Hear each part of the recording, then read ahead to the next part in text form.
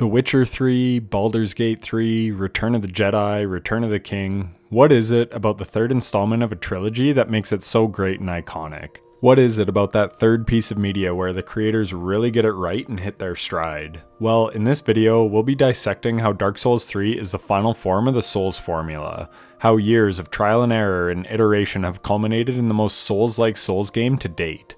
The perfect encapsulation, at least in my opinion, of what a Souls game really is. That magical mix of gameplay elements and design that are unmistakably, for better or worse, the calling card of From Software games. So, I don't want the title and thumbnail to fool you. I'm not implying Dark Souls 3 is a perfect game. Far from, in fact, and I will certainly be critiquing the game as much as praising it in this review. But more, what I want to illustrate is that this game is the culmination of all the experimentation from the prior Souls titles to deliver what is, in my opinion, the best feeling Dark Souls game of the trilogy.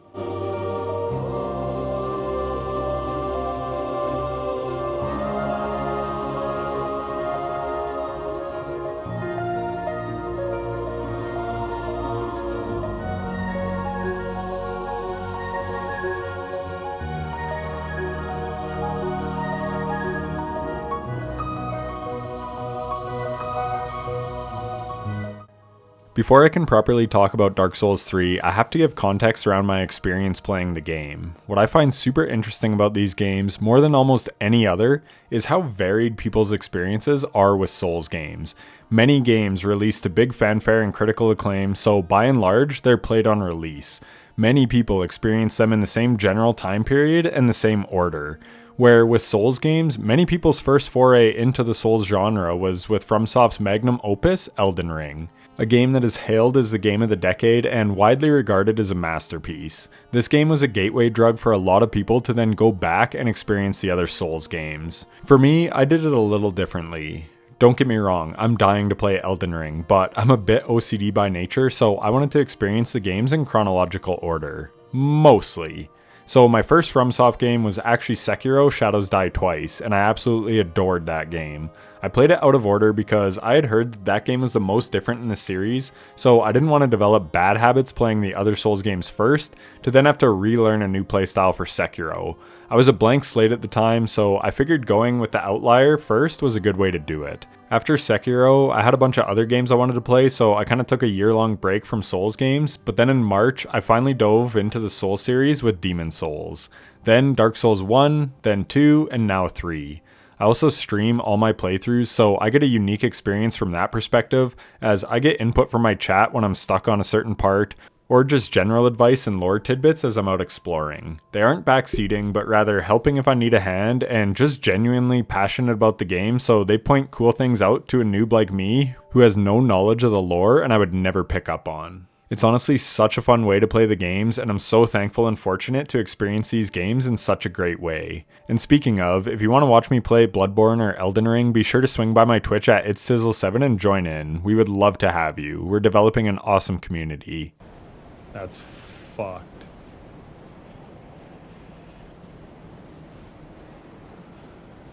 You guys are crazy. Oh my god. That's awesome.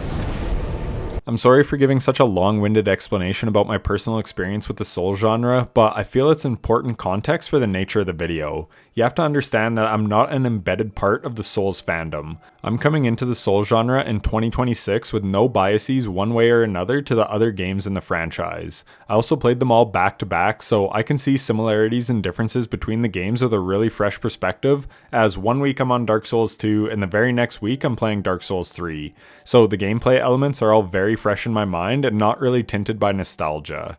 So let's get into why Dark Souls 3, in my opinion, is the Souls formula perfected.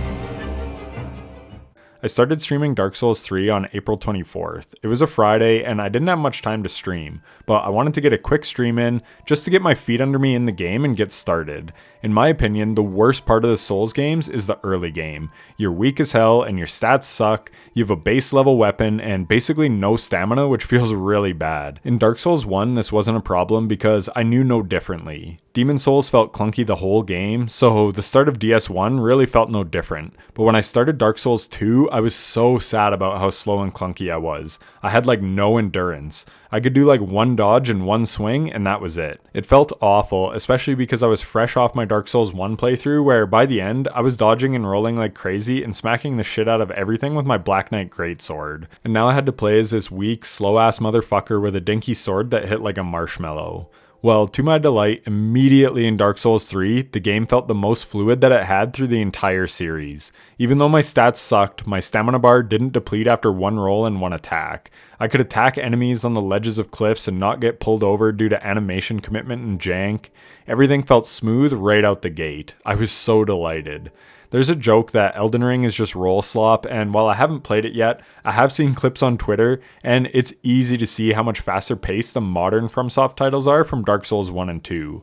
And while I know Bloodborne came before Dark Souls 3, and I haven't played that yet, so maybe that is actually where the faster paced action started, I can say that Dark Souls 3 feels like where they perfected the actual gameplay controls. And speaking of Twitter, there has been a bunch of discussion recently between old Souls heads who yearn for the days of slow and methodical boss fights versus new school fans who love the fast-paced Elden Ring style of gameplay. While I appreciate all the games that I've played for what they are, I definitely know that I prefer the Dark Souls 3 approach to gameplay. From a pure feel perspective, it just feels so much tighter and better to play. I'm not knocking the game design of the old games here, they are great for what they are, but just from a personal preference, I definitely prefer Dark Souls 3 gameplay. I think this is the title where they really perfected their gameplay controls in combat, or at least perfected the base on which to build upon in titles like Sekiro and Elden Ring. This is where it really clicks. So yeah, at the start of the game, you enter into this new world in the Cemetery of Ash, not knowing the journey ahead of you. You go through their quick little tutorial section and right away you're met with a boss. But this is no ordinary Souls boss in my opinion. Eudix Gundyr, I have no idea if I'm saying that name right, is a total tone setter. This is the perfect introduction boss. I was sort of expecting a bit of a pushover given that I had just whooped all the bosses in Dark Souls 1 and 2, but this boss was on par with some of the toughest boss fights in those games. It had a more robust moveset than basically any of the base game Souls bosses. I still beat him on my second try, so it's not like he was overly punishing, but again, it was the perfect tone setter. It let the player know immediately that the bosses in this game don't fuck around. Also, I say base game for Dark Souls 1 and 2 because Manus and Artorias in Dark Souls 1 had decent movesets, as did Sir Alon and Fume Knight in Dark Souls 2. But those were part of DLCs. The base game bosses in those games were pretty much easy as hell to figure out after an attempt or two. This guy brings it, and halfway through the fight he has a phase change that totally caught me by surprise. This is another element that has become a staple of Souls games, but something you don't really see much of in Demon Souls or Dark Souls 1 and 2. I think DS3 is where they really leaned into their new age boss design. In fact, I saw a few bosses throughout my playthrough that they totally used elements of in Sekiro. One example is how Sister Fried goes invisible, much like Lady Butterfly. There were also instances where I got flashbacks to Demon of Hatred on some of the animal type bosses. The inspiration was pretty evident throughout my playthrough.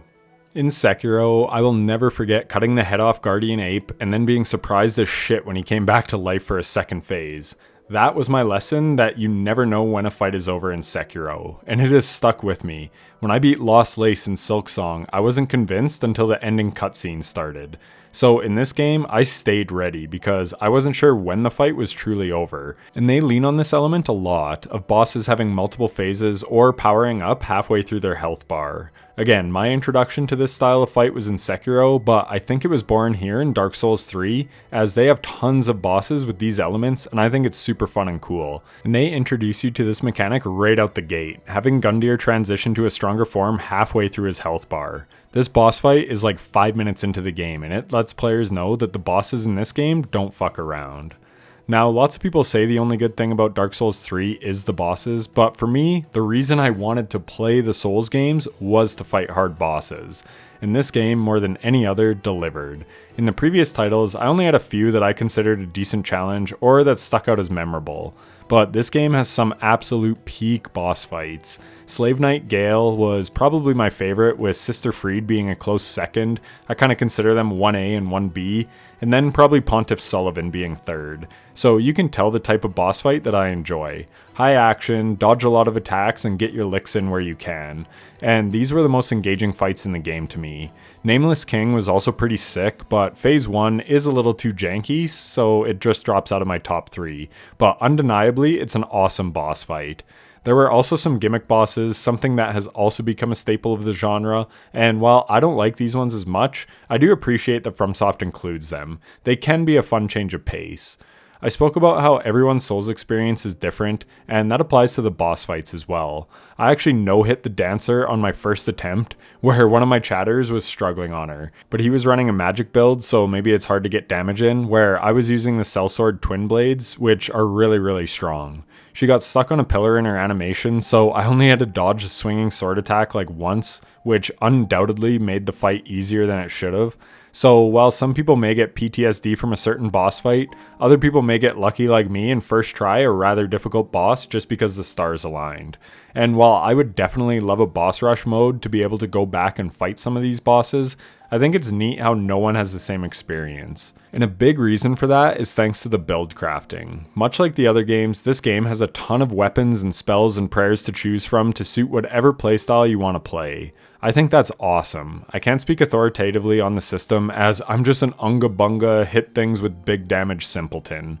I've never cast a spell or a prayer in any of these games, but what I can say is the weapon variety is once again top tier, and throughout the game, you find a ton of different spells and stuff. And you also have the Estus Flask allotment, being able to tailor it more for healing or for magic recovery, and I think it's a wonderful system. It allows for a trade-off and gives the player agency to suit their needs. If you're a god and you don't need healing, then you can go with tons of magic Estus, and I think that's just great. I also think the build crafting is the most streamlined it's been out of any of the other titles. In Dark Souls 1, I don't think I made a single boss weapon because the system is convoluted as hell. In Dark Souls 2, they streamlined this by allowing you to go to one of two vendors, but both of these vendors have annoying enemies around them, which can make visiting them more annoying than it needs to be. Also, these vendors can be quite hard to find and unlock in the first place. But in Dark Souls 3, you can just go to Firelink Shrine and talk to the guy who gives you boss weapons so long as you have the boss soul.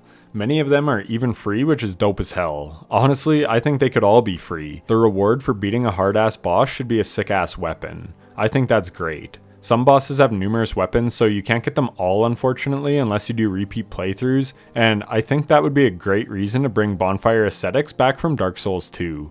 That was a great innovation that they added that I hope exists in some form in Elden Ring. This one was a missed opportunity that they certainly overlooked in Dark Souls 3. One thing they did add in Dark Souls 3 from Dark Souls 2, however, which I praised in Dark Souls 2, was the Estus Flask system. I hated the healing grass being a consumable in Demon Souls. Then I thought the way that they went about Estus was much better in Dark Souls 1, but a little OP in the late game when you could have heaps of Estus for just spending a few humanity at a bonfire. And then Dark Souls 2 gave you consumable life gems as well as an upgradable flask, being able to upgrade the number of flask uses as well as the potency of each use. A system that they copied in Dark Souls 3 and something that I think is sort of the perfect balance for the healing system in these games. So again, it shows how they iterated and experimented in previous titles and then landed on the system that they feel is just right. And some systems they experimented with didn't work. One of the biggest gripes of Dark Souls 2 is the adaptability stat, which is thankfully absent in Dark Souls 3. So sometimes a game can get better through subtraction, and this is one of those cases. The stat system strikes a perfect balance in Dark Souls 3. You can feel yourself get stronger with every upgrade, so they feel meaningful, but they're also not weighed down by having too many options to choose from, or stats like adaptability that feel mandatory for the game to feel good. To get back to the subject of streamlining, the streamlined nature of purchasing things like boss weapons is greatly appreciated. Same goes for the vendor lady, as she's just right there and you can upgrade her wares by finding ashes throughout the game. While it definitely adds immersion in a game like Dark Souls 1, I just found it annoying. If I needed arrows or fire bombs, I had to Google what vendor sold what and what was the quickest way to get to them. Now, I'm not denying that this makes the game feel more real and alive, like you have to go to a certain area to talk to the vendor who sells a certain thing, and they're often thematic, like you get poison from someone in a poison swamp area. But from an ease of use perspective, I way prefer Dark Souls 3's solution to it. Same with the blacksmith, he's just right there in Firelink, like 4 seconds away from the bonfire.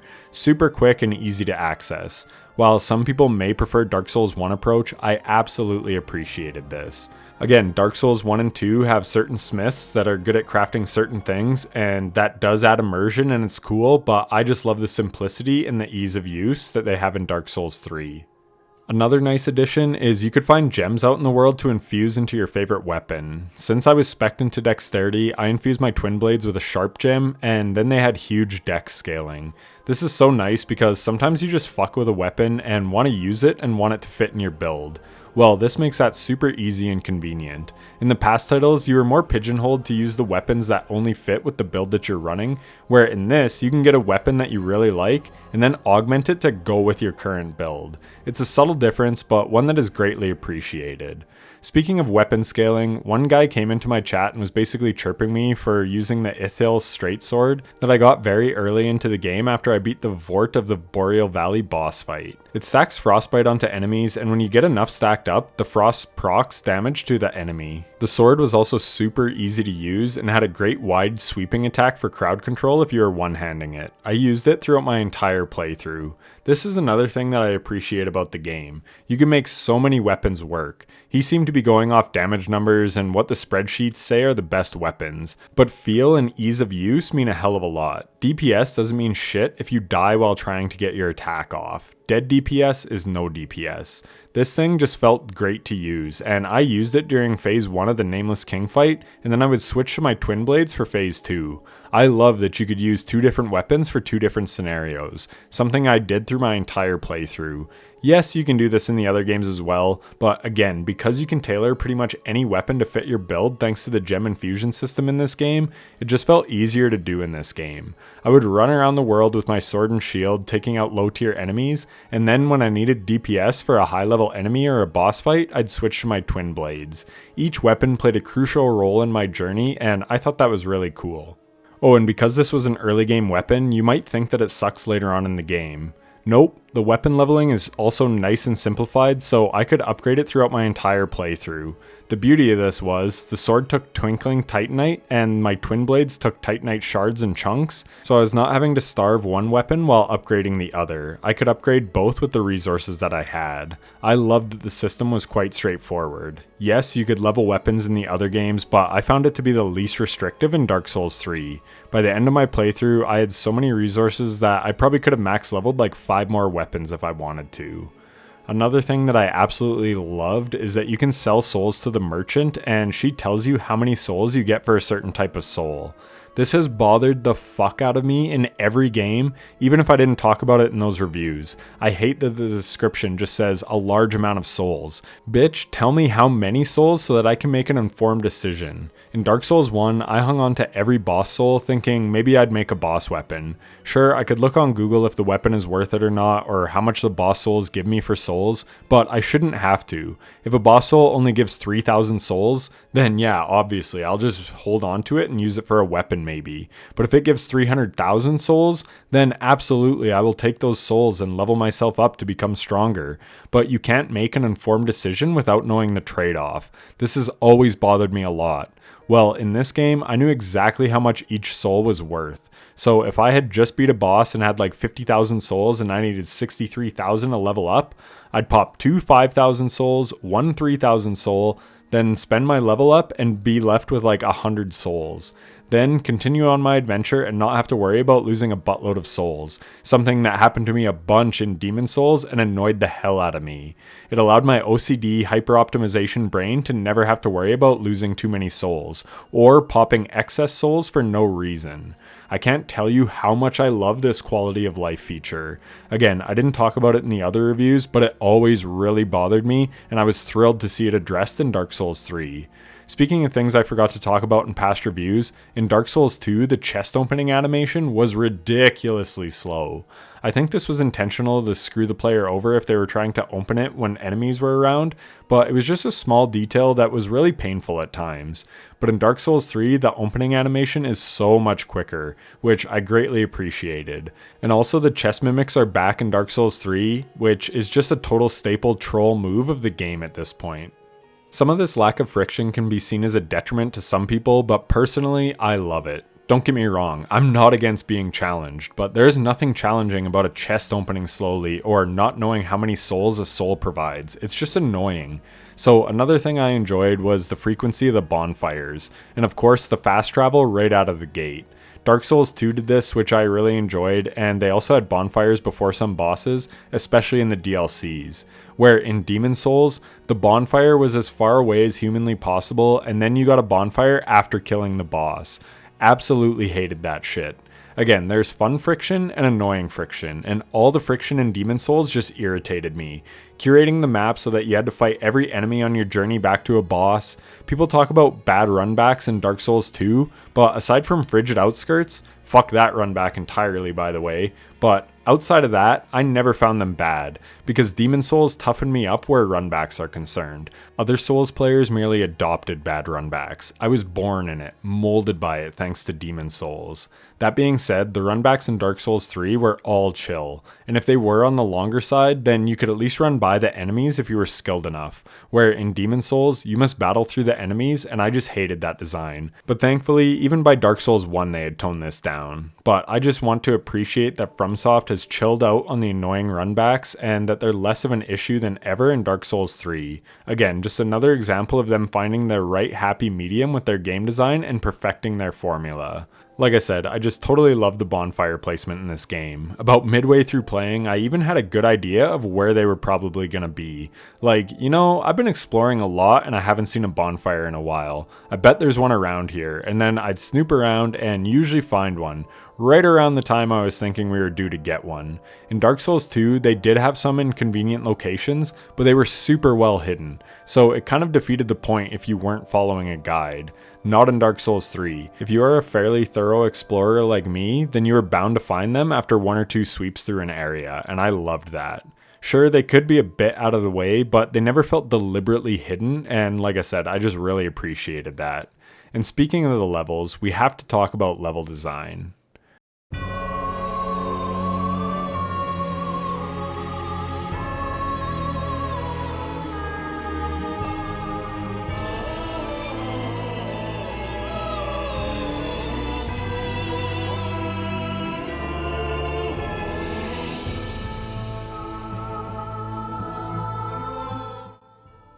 Again, this game implements features from its predecessors. You have shortcuts and secrets and illusory walls and areas looping back around on themselves. It is very well done. I love the amount of secrets in this game, and there's no way I would have found some of these without help from my chat. I love how hidden or obscure some of the things are in these games, and Dark Souls 3 has a lot of good and well hidden secrets. Again, don't hide things like bonfires, just hide cool little secrets, it's awesome. Like, you could totally miss the Midir dragon fight or the old Demon King fight. They're that well hidden, but that makes stumbling onto these things that much cooler. However, the world is not nearly as interconnected as Dark Souls 1, which was one of the most fascinating parts about that game for me. Seeing how the whole world was tied together was totally amazing, and the lack of fast travel was honestly a blessing, as it forced the player to learn all the ins and outs of the world and really interact with the world design. It was absolutely top-notch game and level design. In Dark Souls 3, it's not nearly as interconnected, but I don't hate the game for it. While it's definitely something that I loved about the first game, I don't dock points from Dark Souls 3 for not having it. It's just a different world design. That being said, the levels themselves I found to be way less memorable than the others in Dark Souls 1 and 2. Pretty much every area in Dark Souls 1 is iconic, at least to me, but that could also be because it was basically my first game in the series, where with 3, maybe I'm just more used to the formula now. Or it could just be that the environments were not as well crafted or memorable. It's hard to say, but what I do know is, typing this script, I honestly can't think of a name of one location in Dark Souls 3, where I can tell you about Anor Londo, or Blight Town, or the Valley of the Drakes, or Deeproot Garden, or Sen's Fortress, or you get the idea. The point is, I thought the locations in Dark Souls 1 were extremely memorable, and maybe part of that reason was the fact that you had to venture through them so many times thanks to that interconnectedness and lack of fast travel. Or again, it could just be that they were way more thematic and invoked more feeling. But it's kind of probably a combination of all that. Who's to say, but what I will say is the levels themselves were a downgrade in Dark Souls 3 in my opinion, and I especially hated that final area, the big library type place. I don't know, I just really didn't click with it, but on the contrary, I really enjoyed the Duke's Archives in Dark Souls 1, but these archives were not nearly as cool or fun in my opinion. The traversal through these worlds was once again littered with unique enemies. If I were a good YouTuber, I would actually research and count how many different enemy types there are in Dark Souls 3, but I'll just say that there's a vast array of different enemies to fight, all with unique designs and abilities and attack patterns and movesets and weapons. Once again, FromSoft knocks it out of the park on enemy variety. Well done here. People like to bitch and moan about ganks in Dark Souls 2, but I never found them that bad. To be honest, I got ganked way more in Dark Souls 3 than I think I ever did in Dark Souls 1 and 2 combined. Maybe this is because the combat is quicker and more fluid, so they had to add more groups of enemies to compensate, but yeah, the ganking felt cranked up in this game. And to fit with the theme of the video, again, this is just them sort of perfecting their formula. I don't have to like getting ganked to appreciate the design intent. There are certain areas of this game that are specifically designed to frustrate and aggravate the player, to troll them essentially. Oh, you just finished a really tough section? Well, here's a hidden enemy to kill you off right at the end when you thought you were home free. Trying to avoid dragonfire? Well, we'll stick an enemy right here to push you back into it. This shit is all incredibly annoying to me, but I can't deny that it's a FromSoft staple, and as I said, I felt it happened in this game way more than any other. So again, it just points to FromSoft really hitting their stride with Dark Souls 3 and perfecting their formula for the Souls games. The games are meant to challenge you, and even at times, fuck with you. And it felt like they had that really dialed in Dark Souls 3. Once again, the music and sound design was so on point. I think the sound design specifically is the best in the series. The sound of the backstab animation, the enemy footsteps, the sound of the swords clanging outside the Abyss Watcher's boss fight. On with sounds menacing.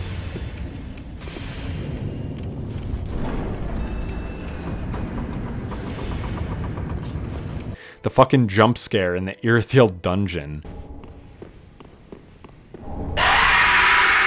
Jesus fuck, bro. So much of the sound design in this game builds up tension throughout your playthrough, and I just think they did a wonderful job. As usual, when it comes to story, I never have a clue what is going on, and I'm grateful for my chat for helping to explain some things. I won't comment on the story as I don't have enough knowledge to speak on the subject, but from a game design perspective, the story stays true to the Souls genre. It's very obtuse and forces the player to look for context clues or environmental storytelling. It really requires that you pay attention. You also have various NPC quests, which once again, I'm not smart enough to complete, but I'm sure they're cool if you take the time to do it. I loved the quests in Sekiro, which is the only game that I completed all the NPC quests in, thanks in large part to my chat. With Dark Souls 3, I got most of the Onion Man quests done, but sadly he died in the Yorm the Giant boss fight because I took too long to figure out the special attack animation on the Storm Sword. So that sucked and honestly made me kind of mad because I didn't get a second chance. But again, that's the Souls formula, baby. These games are made for repeat playthroughs and replayability.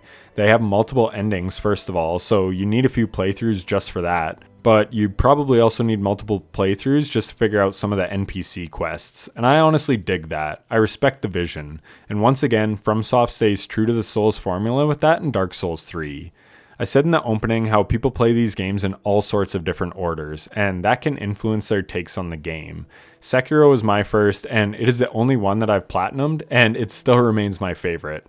I don't know if that's because it was my first or because I'm a boss whore and I think that game has incredible bosses, even better than Dark Souls 3. Some people love Dark Souls 1 the most for its slow and methodical fighting style and its incredible world design. For me personally, I think 3 is my favorite of all the Souls games, but I think what FromSoft fans should try and do more of is just appreciating the games for what each one brings to the table, rather than putting the others down that are lacking the elements that they personally enjoy. I love learning hard boss fights. That is the thing I want most in a FromSoft game, and this game, in my opinion, had the best boss fights in the Souls series so far, but I pointed out how the levels themselves were pretty underwhelming. I don't hate the game because of that. Rather, I appreciate it for what it does offer and do well, which is awesome combat and great boss battles. Simultaneously, I greatly appreciate Dark Souls 1 for the incredibly fun to navigate levels. Dark Souls 2 also had many elements that I enjoyed, and others that I didn't.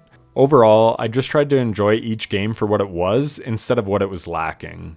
I think this is the beautiful thing about From Software. They take chances and mix up the formula with each new game. Each title teaches them things that work well and things that don't work so well, and then they take those learnings into their next project. It's how you even get a masterpiece like Elden Ring, through trial and error and lots of experimentation. And I think that is what is so fascinating about Souls game discussion. Every person has a different favorite for different reasons, and I respect all those reasons. Even the weirdos who say Demon Souls is good, cause objectively, the game plays like shit and it's not fun in the slightest.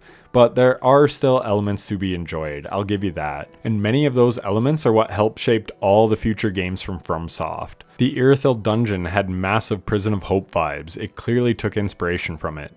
Demon Souls had so many tight corridors where you get whacked by an enemy by surprise. Well, I got flashbacks to those moments in Dark Souls 3, and you don't get those moments without the work that they did on Demon Souls first. It helped influence the exact game design in Dark Souls 3, and that is honestly what I found most fascinating about Dark Souls 3, is that now that I've played the previous installments, I could see that design philosophy manifest itself in this game. Or, like I said, how elements from this game came to influence future games like Sekiro. It's why I think Dark Souls 3 was really the turning point where FromSoft really polished their Souls formula.